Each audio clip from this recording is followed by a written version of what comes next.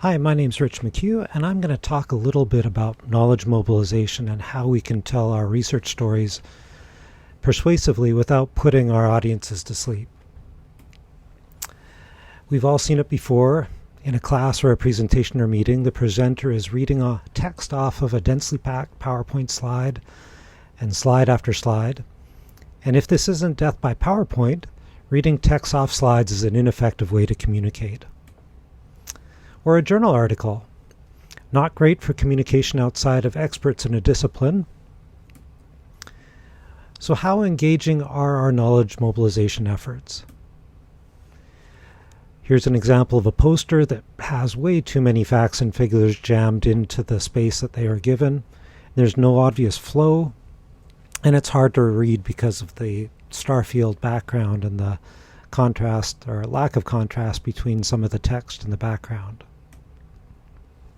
So what should our knowledge mobilizations look like? We should be using stories and storytelling techniques to help our listeners watch or relate to the information themselves. We should be leading with our main point or most interesting findings of the research we've been doing and put it front and center. For example, this poster has the most important part of the research or the most important finding of the research front and center, and then there's details on the side for those who are interested in going deeper, and includes a QR code to link back to the original journal article, of course, for those who'd really like to go deeper. Now here's a short but engaging 2-minute video that incorporates freely available photos and videos, primarily from NASA in this case.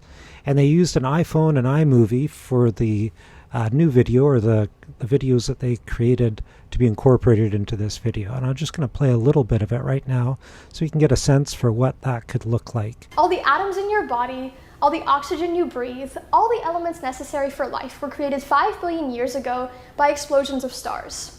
Some of you might have heard the phrase, "We are all made of stardust." I prefer the phrase, "We are all made of nuclear waste." But what are the mysterious sources of this nuclear waste? Do these sources still exist? Yes. As a matter of fact, the Earth is constantly bombarded by extremely energetic particles that have more energy than any particle we can accelerate on Earth. In my research this summer at the University of Chicago, I worked on building and testing an instrument to detect these cosmic bullets. Part of the Extreme Universe Space Observatory, which is supported by NASA, our infrared cameras will be launched in 2021 to study the most energetic particles known in the universe. At 40 kilometers high, our electronics will experience large temperature fluctuations. So I set out to build a sophisticated... Now I'm going to pause the video there, but you can see that they used some NASA video, of course, but recorded some quite nice video using their own equipment, and primarily, I suspect, iPhones to do the recording of the close-up video. So effective knowledge mobilization really begins with planning, or as a lot of people say, beginning with the end in mind.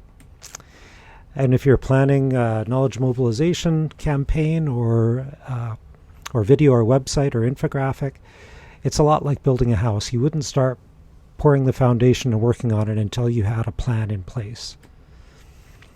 And just like this door, does this bathroom door work? Yes, it does. Would you plan to do it that way?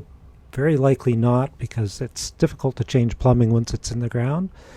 Not that it's that difficult if you're doing a video or a infographic to change things once you get going, but a little bit of upfront planning can really be helpful, especially if you're under time constraints. It can save you time in the long run. So one of the first questions you should be asking yourself is, who is your audience? Who's the audience for your infographic, or who's the audience for your video? Because that's going to impact the things you say and how you say them, or the things that you show them. Next thing I'd recommend you do is identify 3 or 4 of the most important points you would like to make and integrate that into your research story. Because you don't have time to cram your whole research paper into a video or an infographic, at least to communicate it effectively. Remember that first research poster, the one with the starfield background? They put as much as they could in that, and it probably not probably, it detracted from the effectiveness of the infographic because they jammed everything in there and didn't select the key points. Remember, you can always link to your underlying research paper or document so that people who want all the details can go and find them. Next thing is to think about is, where is your audience? What media do they consume? And then what affordances and limitations the media you need to use to communicate with them give you. For example, YouTube videos, are you going to promote those on Facebook or Twitter or X? If you've got an infographic, are you going to put that on your website and then link to it from Instagram or LinkedIn?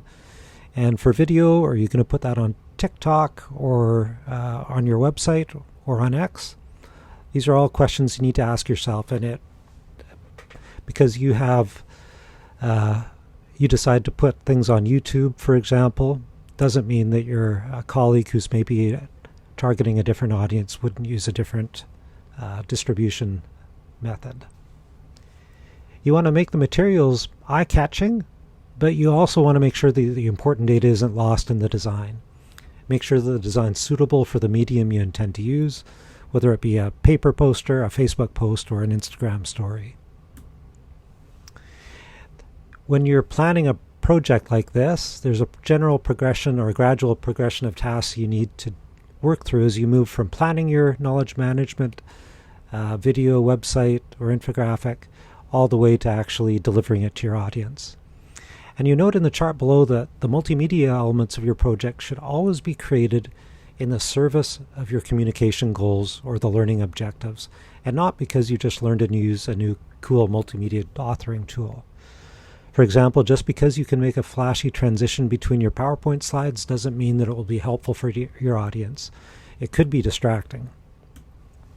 We'll talk a little bit about why storytelling is so important for knowledge mobilization. Here are some of the key storytelling guidelines to keep in mind as you create your own narratives. The first one is know your audience, which we've talked about a little bit. But you really do need to think about it. Who is your audience? Is it your professor? Is it a group of kindergarten students, or maybe a group of experts? If they are novices, then maybe try to avoid technical language and discipline-specific jargon. You'd probably communicate quite differently if your audience is a group of elementary students compared to a group of graduate students studying in your area of research. Think about the difference between high school students versus senior citizens. Obviously, they're different audiences. You'd probably want to use different cultural references and different stories. Those different stories will resonate with each group.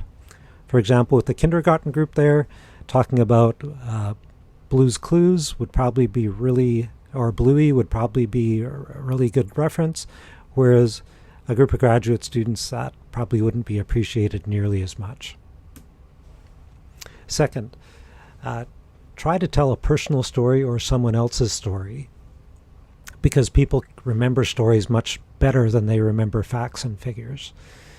Again, you won't always have a personal story of your own, but hopefully you can find another personal story that will help you communicate what you're trying to get across to your audience. Third one is show, don't tell, if you're using a visual medium. So if you're doing a slide presentation or video presentation, don't put all the text on the slide and read it off the slide. That's actually counterproductive, and people will remember less compared to maybe having a title and an image related to what you're trying to communicate and then narrating that from speaker notes rather than having all the text on the slide, for example. Next, try to build up to a star moment or something that they'll always remember. This is something that I aspire to, but sometimes struggle to achieve. Again, it all goes back to storytelling, and hopefully there's a point in the story that's impactful or memorable, or like it says there, something that they'll always remember. And if possible, end with a positive takeaway. Even with challenging or difficult stories, often there can be a positive takeaway. For example, this person lost their arm somehow, which probably isn't a very happy story, but they were able to get a prosthetic to help them get the use back of their arm, which is a bit of a silver lining at the very least. And then lastly, like we talked about, choose an appropriate medium for your audience. And again, that could vary quite significantly depending on who you're communicating with and what you want to communicate. So just to review again, first, know your audience. 2, use a personal story or someone else's story if possible. 3rd, show, don't tell. 4th, build up to a story or something that they'll always remember. 5, end with a positive takeaway. And 6, choose an appropriate medium. If you're doing a presentation or a video, here's a few tips. Actually, some of these apply if you're doing an infographic as well. For slides in particular, only one idea per slide. You don't want to overwhelm people cognitively and so that they can't remember things. Again, on a slide, you want no more than 6 objects per slide or graphic, or infographic, I should say. Again, this is so that you're not overwhelming people. And don't read off your slide. You want to have imagery and maybe a title, and then narrate the story to them rather than having them follow along reading on the slide. And you also want to make sure that the most important or the most prominent feature, or the most prominent feature is also the most important feature from your slide. It seems obvious, but sometimes people will lose that as they're focusing on the imagery that they're creating or the title, for example. You also want to vary the tone of your voice as you present and make sure that you pause at transition points in your presentation to let people sort of digest what you've said. Also, a little pause after you've made an important point to emphasize that point for your audience. So, here's a knowledge mobilization example using several different media to communicate some research that I did a little while back. I created a paper, or a conference paper that was published on makerspace badging. And I was doing a presentation at a conference related to the publication. And so I created an infographic based on my journal article or my conference article so that I could promote the presentation I was doing at the conference.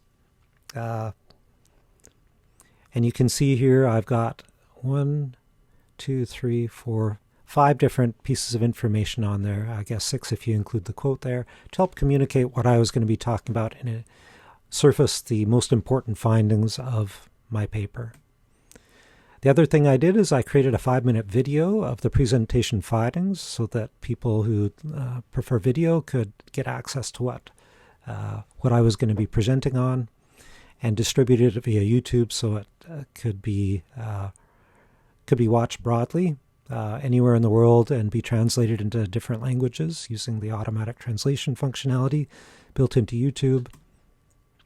I also created a blog post using my personal WordPress website with a link to the journal article, embedding the infographic, as well as embedding the video presentation all in one place so that people could access those easily. And then I linked to my blog post as a whole, as well as uploaded the video to YouTube and distributed those on X and LinkedIn, which were the 2 platforms that my audience were primarily on.